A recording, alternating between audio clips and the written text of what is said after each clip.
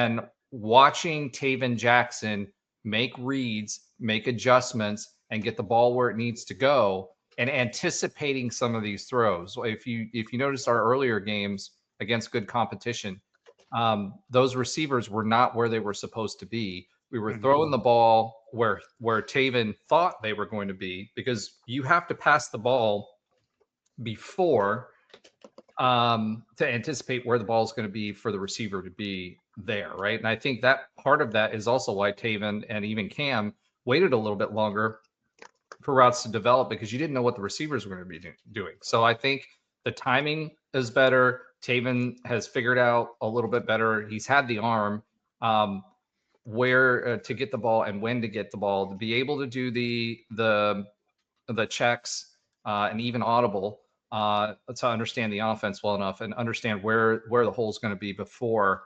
Because really, when you're a quarterback, if you're reading the defense right, unless they've disguised it really, really well, you've got two places to go, right?